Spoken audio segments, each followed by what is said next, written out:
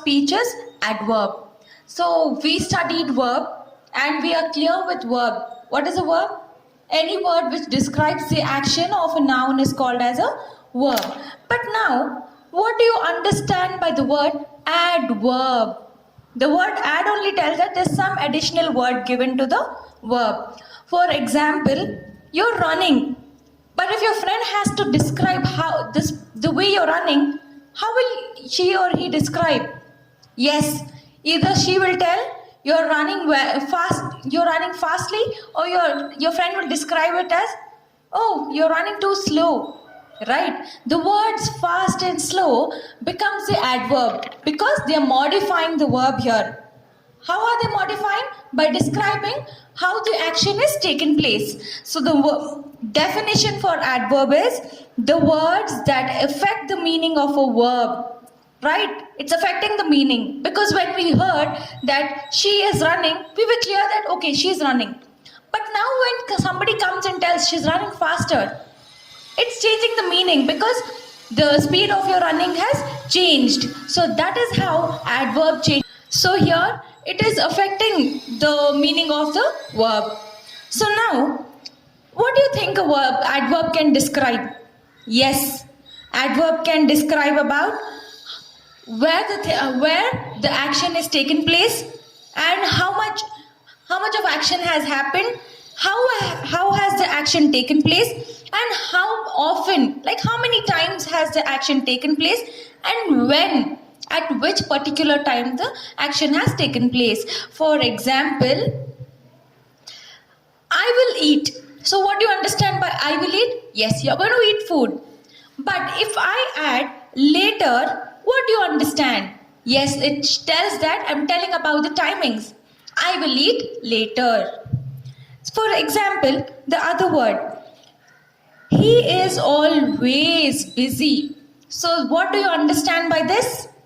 Yes, this sentence tells us that the person is never involved, never free, always involved in doing some or the other work. But now, if I add a word to this statement as almost, what does the statement become now? It turns to be, he is almost always busy. So here the word almost describes that the person was always busy. But almost in the sense every time, never was he free. So these are certain words which will affect or modify the meaning of verb. So let's study the types of adverbs. We will not study in detail, we'll just go through it. So here the very first type of adverb is adverb of time. So what is adverb of time? The word time tells us that yes, the word which is describing about an action which has taken at a certain period of time. And what words are those? Those are words like tomorrow, yesterday, today. These words talk about the time, adverb of time. I will give you an example. She will visit the hospital tomorrow. Yes, the word visit is a verb. But when? It is tomorrow. So this word tomorrow tells about the timing. Let's look into the other example. The results were announced. But when were the results announced? Yes, the results were announced yesterday. Clear? Okay, the next one. Adverb of place. Yes, every action takes place in certain place, right? So here adverbs, the modifying words, tells about at which particular place has the action taken. So it can, for example, the action would have been taken place nearby or far away from where you are. So certain examples are, they will meet you there. So what do you understand by the word there? Yes, as we speak commonly, right? Hey, why don't you come there and meet us? We'll not specify the location, right? When you have to go to the ground, how will you tell your friend, I'll be there, you just come quickly. So the word there tells us about the place. Clear? Yes. The next one is adverb of manner. So here we have adverb of manner. So I hope you all are very familiar with manners. We are learning from the day one of a school, right? So if you lie, you will not be considered to be an honest person. So certain words like honestly, joyfully, cunningly, and quietly, fast, beautifully, these are certain words which will modify the verb. For example, he quietly slipped away. So the word quietly tells that the boy has slipped away. But how? What do you understand by he quietly slipped away? This means that without informing anybody, he went away. Right? So if you're going out somewhere and you don't want anybody to know, how will you move? Quietly without making noise. Right? So the word quietly describes the manner of the boy slipping out. Clear? Yes. So now next we have adverbs of degree. Here the words like fully, partially, altogether, almost, completely describes about the action. With the help. Now the action is described by using this word. For example, she finished the work. Now the work is yet to be finished, but I will go and tell to others that she finished the work. But if I have to give a confirmation telling that she is yet to finish the work, I will use the word almost. And the word almost will be used in such a way that a person will never get to know that she is still completing her work. It will give a clear meaning telling that she almost finished the work.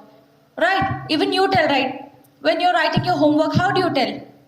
You're still completing half the homework and you'll tell, I almost finished my homework, ma'am. Right? This is how adverbs describes the degree. So next we have frequency. Frequency in the sense how often, like yearly, weekly, monthly. So the words which talks about the frequency are called as adverbs of frequency. For example, he likes to watch TV.